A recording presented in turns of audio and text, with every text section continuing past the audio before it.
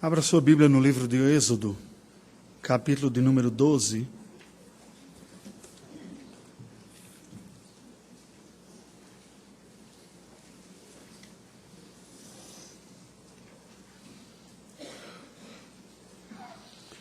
Vamos ler juntos um único versículo, versículo de número 13.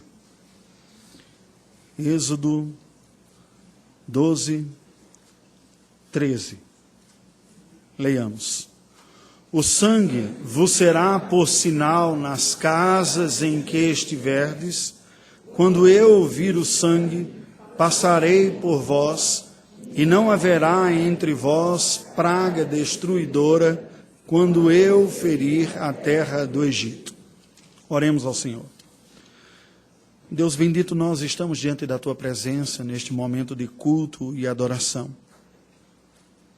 Nós nos apresentamos a Ti, Senhor, confiados na obra do Teu Filho Jesus Cristo, que abre à Tua presença acesso a pecadores como nós.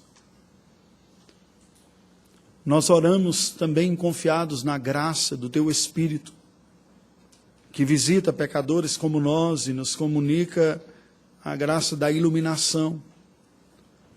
E pedimos isso, que Tu nos assistas nesta manhã, para que ouçamos a Tua voz e sejamos por ela impactados, transformados, redimidos. Toma nossa mente, o nosso coração, em nome de Jesus. Amém. Nós brasileiros somos culturalmente imediatistas. Nós não costumamos pensar além da realidade individual e imediata. O fazemos, mas não é o padrão fazer isso. Por isso, nem sempre nós cultivamos uma memória histórica. Não celebramos datas importantes da nossa história com a devida importância. Às vezes, nem conhecemos, ou reconhecemos, ou valorizamos os nossos heróis do passado. Também não nos preparamos devidamente para o futuro. Nós não temos o hábito, por exemplo, econômico da poupança, nos preparando para o futuro ou para uma aposentadoria em linhas gerais em nossa cultura.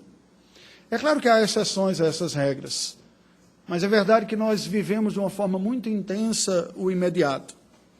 A nossa preocupação costuma ser predominantemente focada na agenda do dia de hoje, o que nós teremos para o almoço, que bebida que vai acompanhar e etc. A nossa fé típica brasileira é afetada por esta visão imediatista da vida também. Certamente este é um dos motivos pelos quais a teologia da prosperidade encontra um terreno fértil no solo brasileiro.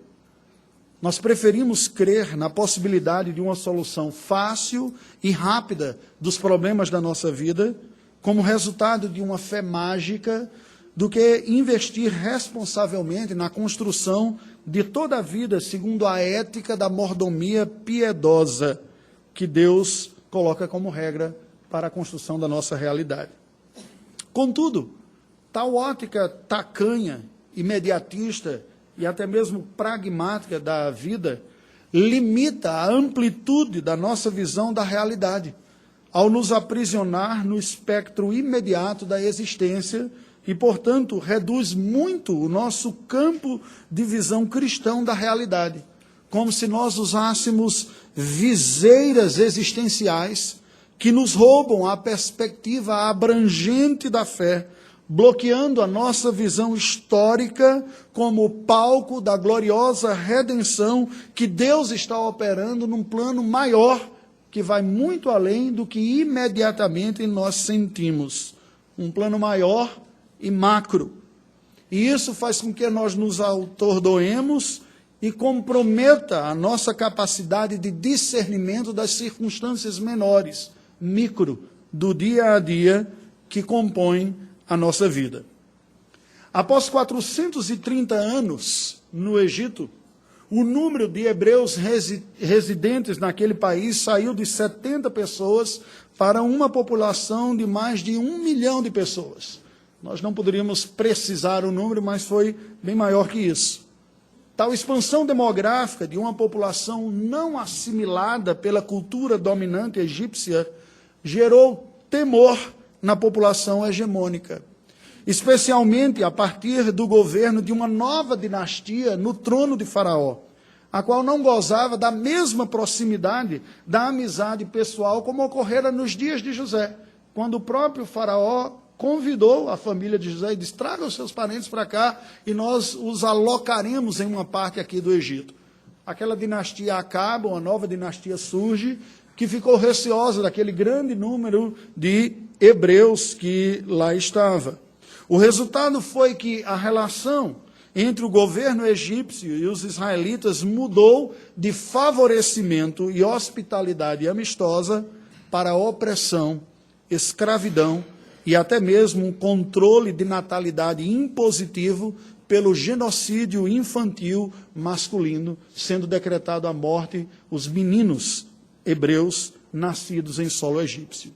Foi nesse contexto de agudo sofrimento, de escravidão, de perseguição, de dificuldades, que Deus anunciou e implementou na história o importante passo de uma gloriosa libertação do seu povo de Israel do Egito. E é baseado nos 19 primeiros capítulos do livro de Gênesis, portanto, de Êxodo, portanto, quase a metade do livro, que exporei a mensagem desta manhã sob o tema a execução histórica de uma gloriosa redenção do povo de Deus. Esta mensagem se baseia não em um versículo ou em um capítulo, mas em praticamente a metade do livro.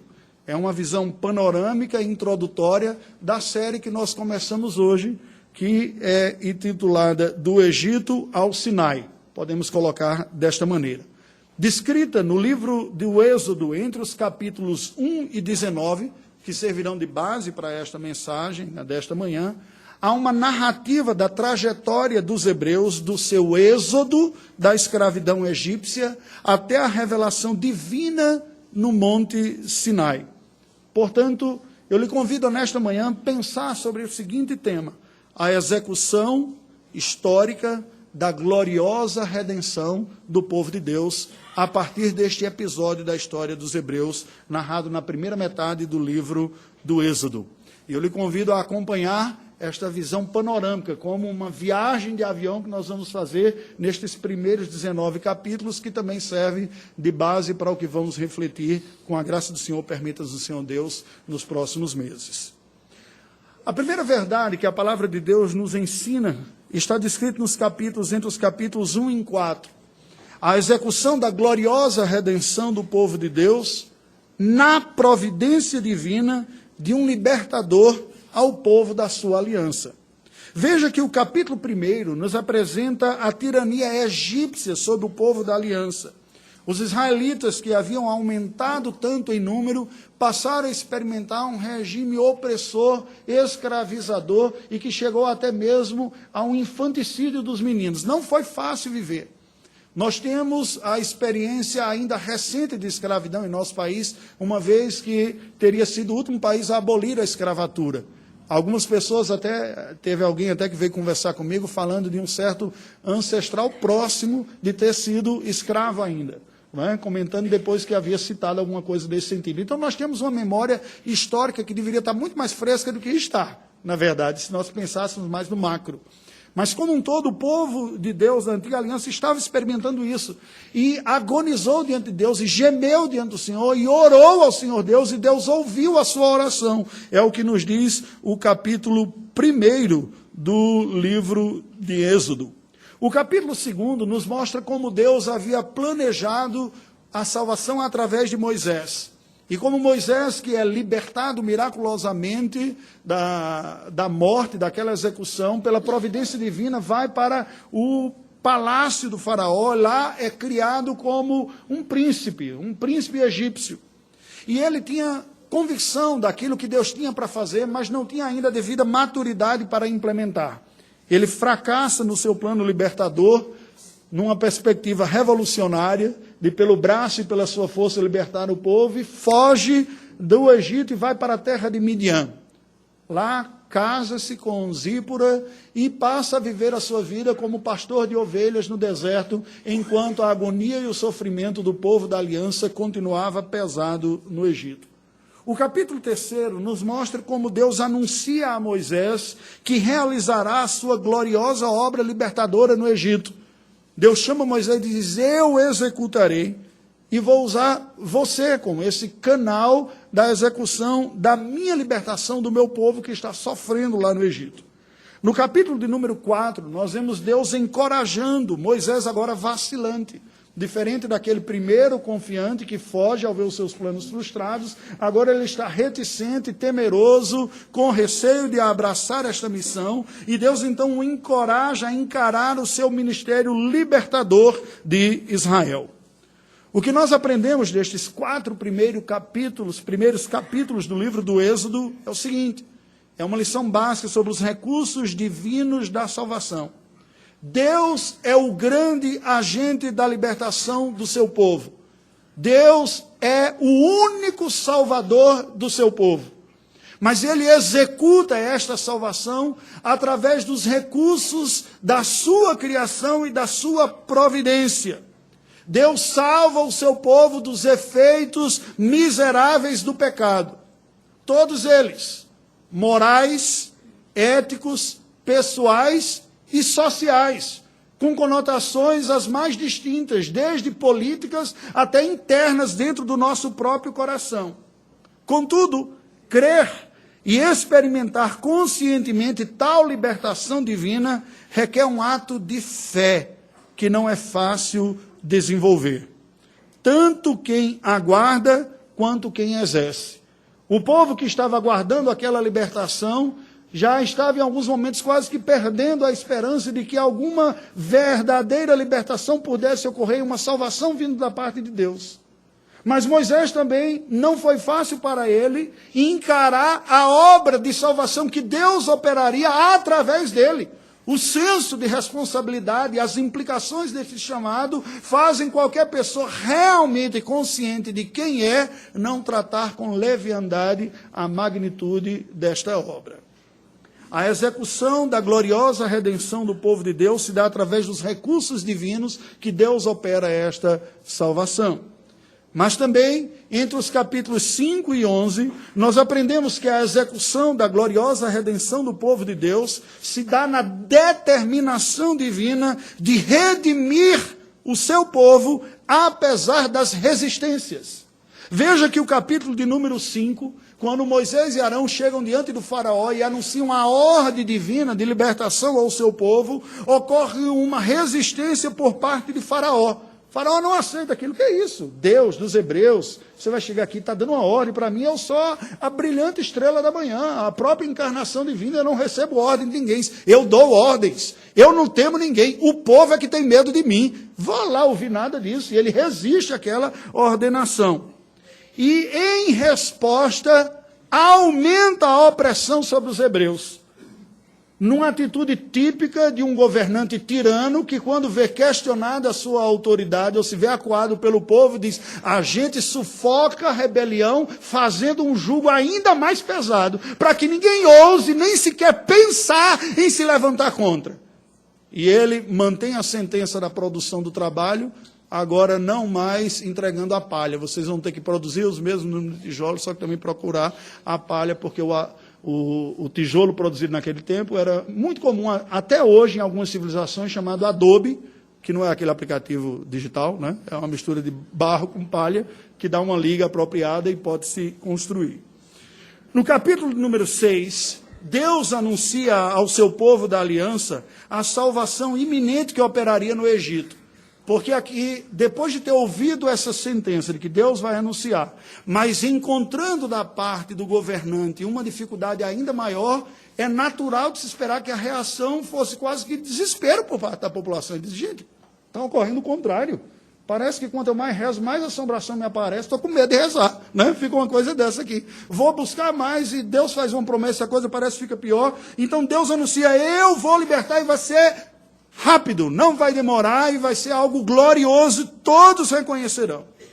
Entre os capítulos de número 7 e 11, nós vemos Deus enviando 10 pragas ao Egito, através das quais o Senhor operou atos conjugados de condenação dos pecados e pecadores em sua incredulidade, discriminação entre aqueles que estavam afetados por estas pragas, porque elas pouparam o povo da aliança, enquanto veio sobre os que estavam fora dessa aliança do Senhor. E revelação de quem de fato é Deus, qual é o Deus que há, em contraste com as falsas divindades do Egito. Nós aprendemos, portanto, desta segunda porção da primeira parte do livro do Êxodo, entre os capítulos 5 e 11, sobre a operação eficaz da salvação. O poder redentor do Senhor opera no seu povo, mas preste atenção, porque como lemos na declaração de fé hoje pela manhã, nós caímos em um estado de pecado e miséria. Então a própria obra de redenção de Deus de pecadores não ocorre sem resistências. Haverá resistência do mundo a ceder a uma libertação e uma salvação. Haverá uma resistência espiritual de seres oponentes a Deus, o inimigo de nossas almas e sua corja, e haverá uma resistência interna mesmo dentro daqueles que são objetos desta redenção, que muitas vezes se mostrarão vacilantes em crer e relutantes no processo de sincero arrependimento, mas pela graça soberana de Deus, não de forma efetivamente eficaz para aquilo que Deus o está fazendo. Devido ao pecado que habita em todos nós, o ceticismo demandará ações quebrantadoras da parte de Deus, condenando a incredulidade, discriminando os salvos e revelando a eficácia do poder de Deus, mesmo quando essa incredulidade se mostra no meio do próprio povo em que Deus está operando. Ele, por amar, usará os recursos da sua providência para nos quebrantar, e Ele sabe a medida daquilo que necessitamos. A execução da gloriosa redenção do povo de Deus se dá também na execução divina de uma espetacular libertação da nossa escravidão, ou da escravidão do Egito, tomando o exemplo concreto do que ocorreu aqui. Isso está descrito entre os capítulos 12 e 16 do livro de Êxodo. No capítulo de número 12, nós vemos a instituição da Páscoa judaica. Havia sido o capítulo anterior anunciado alguma coisa, mas é no capítulo 12 que ela é detalhada e vai ser experimentada. O que foi a Páscoa judaica, senão o teatro litúrgico experimentado da salvação pela fé? Quando as famílias se reuniam em torno de uma refeição de um cordeiro morto, cujo sangue fora posto nos umbrais das portas das casas das famílias que creram nesta palavra e que lhes garantiu a salvação da execução dos primogênitos quando o anjo da morte visitou a casa dos hebreus. Quando eu leio isso, eu me lembro de uma fala do D.A. Carson, um teólogo norte-americano, falando sobre uma conversa de 2 judeus naquela noite. Ele diz: olha, as pragas foram ficando mais intensas e pesadas, eu estou com receio, está chegando perto de nós aqui. O que vai acontecer? Está se falando agora que um tal de anjo da morte virá e vai visitar. E Moisés falou que a gente tinha que colocar o sangue nos umbrais das portas e a gente seria salvo. Será que vai ser suficiente mesmo? Aí o outro falando: cara, fique em paz, Deus é fiel, aquilo que Ele prometeu, eu não tenho dúvida que Deus vai cumprir isso aqui. Ele disse: não, eu vou cumprir, e eu creio também, mas eu estou com receio em meu coração. E aí Cássio diz o seguinte: quando o anjo veio à noite e visitou os lares, ele não visitou mais ou menos dependendo da força da fé que as pessoas tinham. Ele visitou simplesmente poupando aqueles que creram, independente de ter sido mais fraco ou mais forte. E ao crerem, pintaram as suas casas, os umbrais de suas casas com sangue. Isso nos mostra essa obra gloriosa de Deus. E esta celebração da Páscoa judaica ressaltava isso ano após ano. Esta refeição em que todos tomavam parte do cordeiro e também comiam pães asmos e ervas amargas, apontando para esta libertação ocorrida.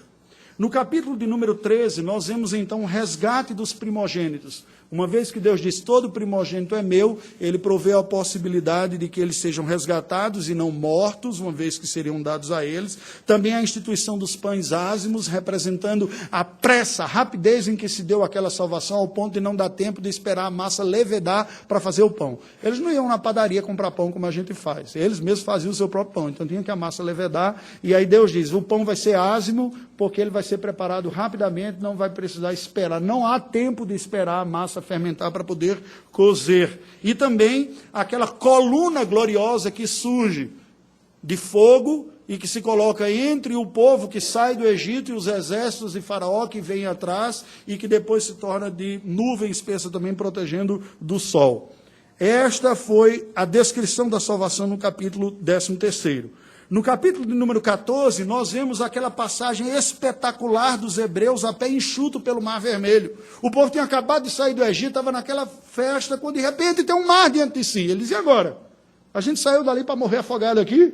Aí Deus diz, não, diz ao povo que marche, e Deus ordena que Moisés conduza o povo, e o Mar Vermelho se abre, e eles passam a pé enxuto, miraculosamente, atravessam e são libertos. No capítulo de número 15, nós vemos o cântico de Moisés e Miriam celebrando os atos redentores de Deus na história. Muito interessante, nós vemos um canto denso de conteúdo, de narrativas históricas, de teologia, e todo mundo celebrando a salvação que Deus operara.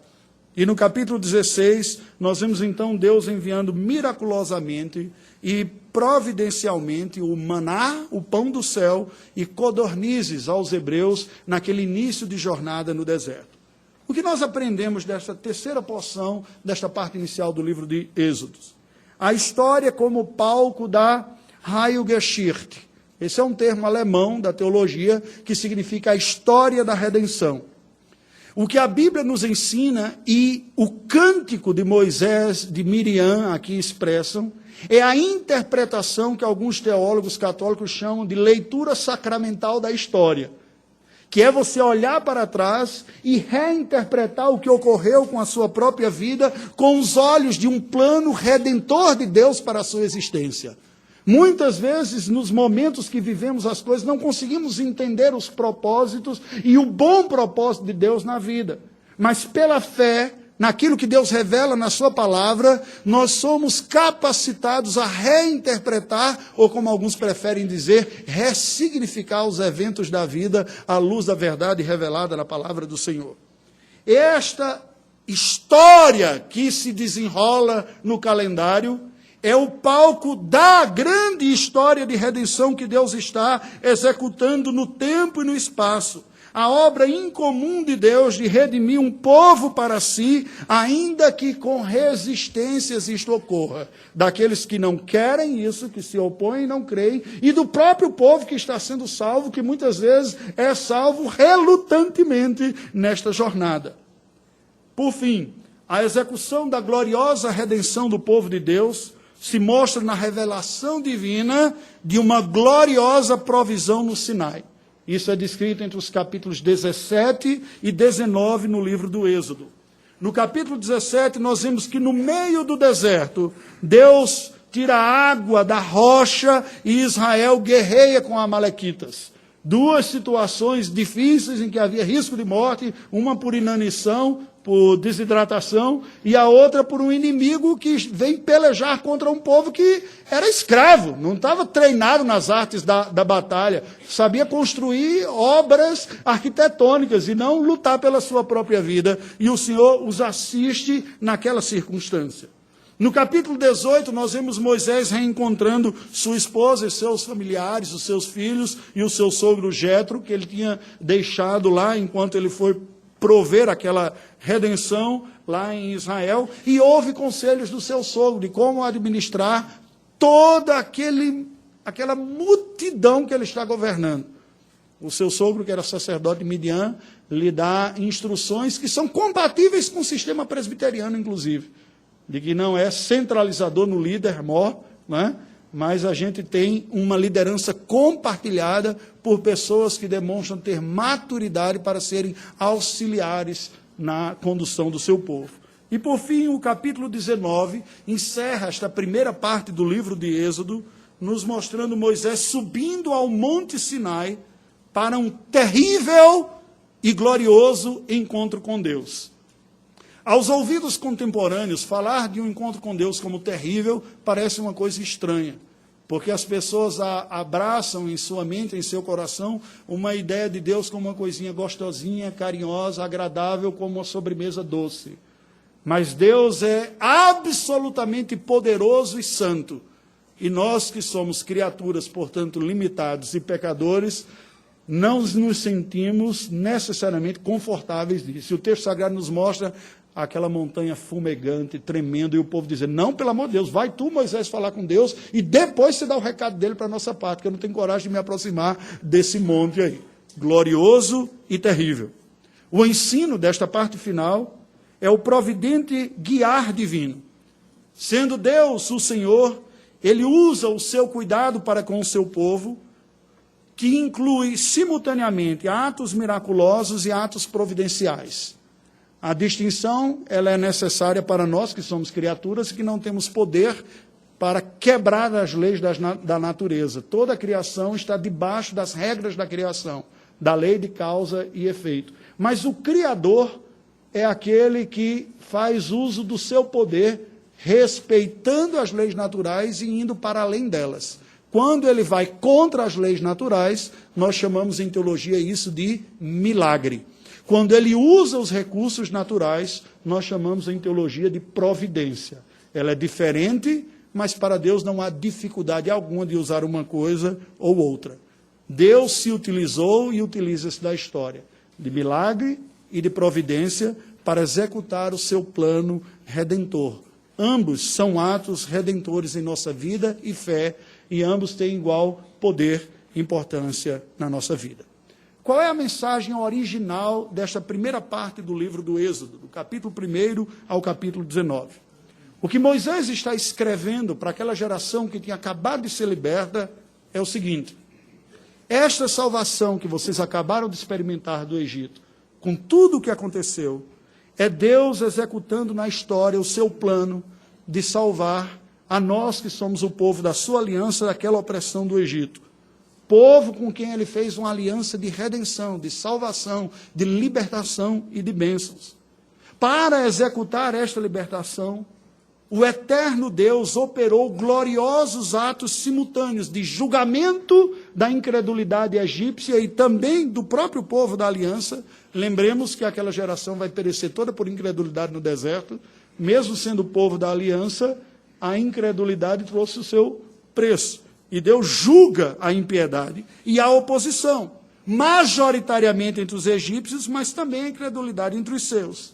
E o livramento do povo da sua aliança através da redenção, estabelecendo como marco inicial do calendário hebreu o episódio da saída, êxodo, é isso que significa, do Egito, marcado inicialmente pela passagem, Páscoa, é isso que significa, do anjo da morte sobre as famílias hebreias e, conclusivamente, a passagem pelo meio do Mar Morto, pelo deserto e até a terra prometida de Canaã. O calendário judaico passa a ser marcado dia 1º do primeiro ano, aquela libertação, aquela Páscoa inicial. Isso é muito interessante porque mostra o recurso pedagógico divino fortemente presente, recorrente e abundante. Se Deus nos permitir, nós veremos na lei entregue por Deus a Moisés no livro de Êxodo e nos restantes. A partir de então, e para sempre, os hebreus celebrariam tal redenção no calendário e na liturgia. E eles não estavam limitados a nada para essa celebração, porque a Páscoa não dependia nem mesmo do templo. Eles podiam estar desterrados em diáspora pelo mundo afora. A sua identidade, a sua fé como gente salva por Deus era lembrada e repetida ano após ano pela celebração familiar da Páscoa. Esse texto, querido, nos apresenta como um tema recorrente e de pano de fundo desta primeira parte do livro, a obra de salvação. Deus como sendo aquele que exerce o livramento e o resgate do seu povo da aliança. Aqui numa situação histórica concreta, com implicações políticas, sociais e econômicas, mas apontando para uma libertação maior e plena, existencial e eterna. Aqui usando um Salvador forjado e preparado, mas limitado e vacilante como Moisés, mas apontando para um Salvador pleno, plenamente capaz, obediente, poderoso e perfeito, que é o Senhor Jesus Cristo. Cristo é o Salvador pleno que necessitamos. E é este o recado que a primeira parte do livro do Êxodo nos apronta, nos indica. Deus salva o seu povo através do mediador qualificado para isso. O recado universal desta primeira parte nos diz que Deus executa na história o seu soberano plano de redimir para si um povo, através da aplicação na vida dos indivíduos componentes deste povo, da obra graciosa de redenção executada pelo Salvador, Jesus Cristo, na cruz e na história. Ele sim, o Cordeiro de Deus que tira o pecado do mundo. O sangue dele sim, não depositado nos umbrais das nossas casas, mas espiritualmente nos umbrais do nosso coração, nos livrando da condenação eterna. A cada geração, pela providência divina, Deus, a seu modo, atrairá para si o seu povo, através da confrontadora e simultaneamente confortadora mensagem do Evangelho. Nós não somos salvos por sermos melhores, somos salvos porque nos deparamos com a mensagem bíblica de que somos incompetentes e pecadores, e Deus é competente e santo para nos salvar, e depomos as nossas armas, e reconhecemos a nossa miséria, e nos arrependemos, e nos entregamos a uma salvação que Ele opera em nós. Por isso esta mensagem é simultaneamente confrontadora e consoladora. Pois ao proclamarmos a mensagem de que Deus passará por cima daqueles que ao crerem na palavra que afirma que o sangue do Cordeiro, aplicado à nossa vida pela fé, nos livrará todo aquele que tomar parte no Cordeiro Pascal pela fé, serão salvos. Só resta duas reações: arrependimento, reconhecimento dos pecados e arrependimento, e fé, se apropriar de que o Cordeiro de Deus fez por mim foi suficiente para a minha redenção. Estes são os salvos. Os impenitentes continuarão tentando construir sua própria vida, sua própria autorredenção, ainda que religiosa, ou sua rebelião. Tanto faz. Aquele que pisa na jaca e o que é muito religioso e confia na sua virtude, tanto um quanto o outro são pessoas autônomas, que declararam independência do céu e disseram: quem guia a minha vida sou eu sou suficiente para alcançar o que há de melhor para mim. Que pode ser contra o que Deus está dizendo, ou pode ser a favor. Sou eu, o meu próprio Redentor. E isso está por trás do pensamento religioso geral.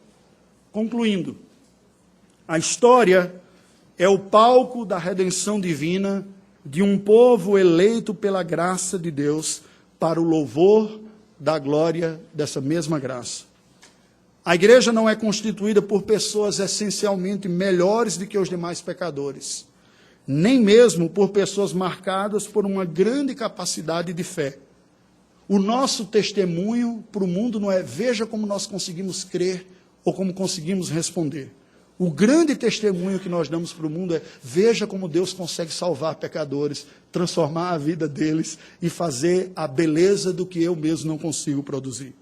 O povo salvo por Deus é essencialmente marcado pela consciência da sua inadequação e pela resposta da suficiência da adequação da obra do Salvador Jesus Cristo.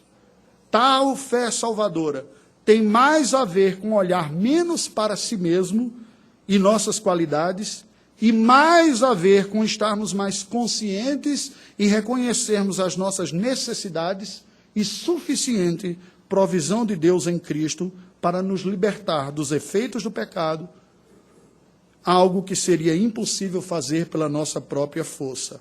A fé está no coração do povo de Deus, porque indica a nossa confiança e segurança na única obra capaz de resgatar pecadores de uma vida presa na escravidão do pecado, a obra da cruz. Portanto, a execução do Cordeiro de Deus que tira o pecado do mundo é a fonte, não apenas da libertação da necessária e justa condenação dos nossos pecados, mas é também a fonte de todo o potencial santificador em nossa vida. Preste atenção que isso é importante.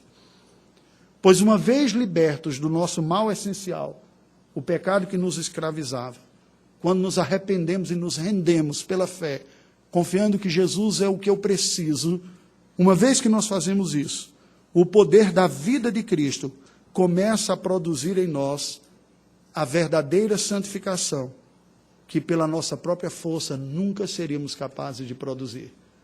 Todo empenho e todo sucesso será decorrente da presença e do poder do Salvador em nossa própria vida, e em contraste com a autorredenção dos homens e religiosos autônomos, ou com a rebelião daqueles que querem viver a vida de qualquer maneira. Assim, ao você se render a Cristo, você inicia uma jornada de libertação que segue rumo à verdadeira e definitiva Canaã, a celestial. O êxodo dos hebreus é uma metáfora histórica, metáfora porque aponta para uma realidade maior, histórica porque foi real, do êxodo espiritual do povo de Deus. Curve a sua cabeça, vamos orar ao Senhor.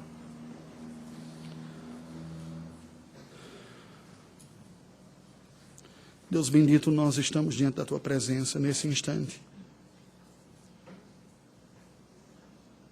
Gratos pelo Evangelho do Teu Filho Jesus Cristo.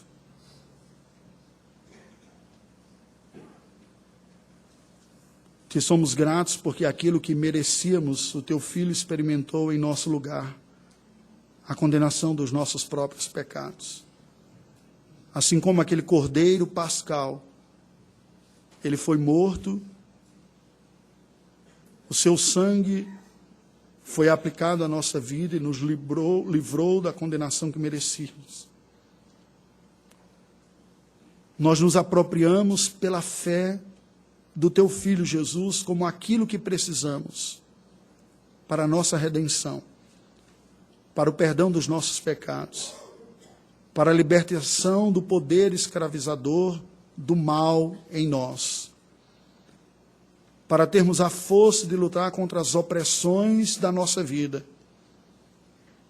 quer sejam elas as subjetivas da alma, da psique, que nos trazem à memória os infortúnios de nossa vida e escolhas e os efeitos do nosso pecado, quer sejam as estruturas maiores de uma sociedade ímpia, corrupta, exploradora, hostil e egoísta. Do mais profundo abismo das trevas da subjetividade humana, as mais dolorosas, injustas, sangrentas e mortais estruturas maiores da nossa sociedade, a obra do Teu Filho Jesus nos capacita a enfrentar, sabendo que pela redenção operada pelo Teu Filho, nós experimentamos a libertação determinante destas coisas. Porque o poder da Tua presença e da Tua graça é suficiente e mais abundante do que qualquer outro poder que possa escravizar o homem. E por isso, nesta manhã, nós clamamos a Ti e dizemos, pelo poder do Teu Espírito, conceda-nos a graça de, arrependidos, depender deste favor, desta obra, da redenção do Teu Filho, em nome de Jesus. Amém.